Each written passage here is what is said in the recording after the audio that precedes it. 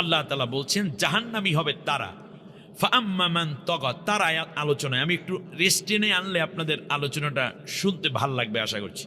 আল্লাহ বলছেন ফাআম্মা মান তাগা ওয়া আসারাল হায়াতাদ দুনিয়া, যারা তাগুত হবে এবং দুনিয়ার জীবনকে প্রাধান্য দিয়ে জীবন যাপন করবে, যারা বলবে দুনিয়া তো মজা লোলো, দুনিয়া তুমহারি হায়, ইট ড্রিঙ্ক অ্যান্ড বি ম্যারি, খাও দাও ফুর্তি করো, আগামীকাল বাঁচবা কিনা বলতে পারো।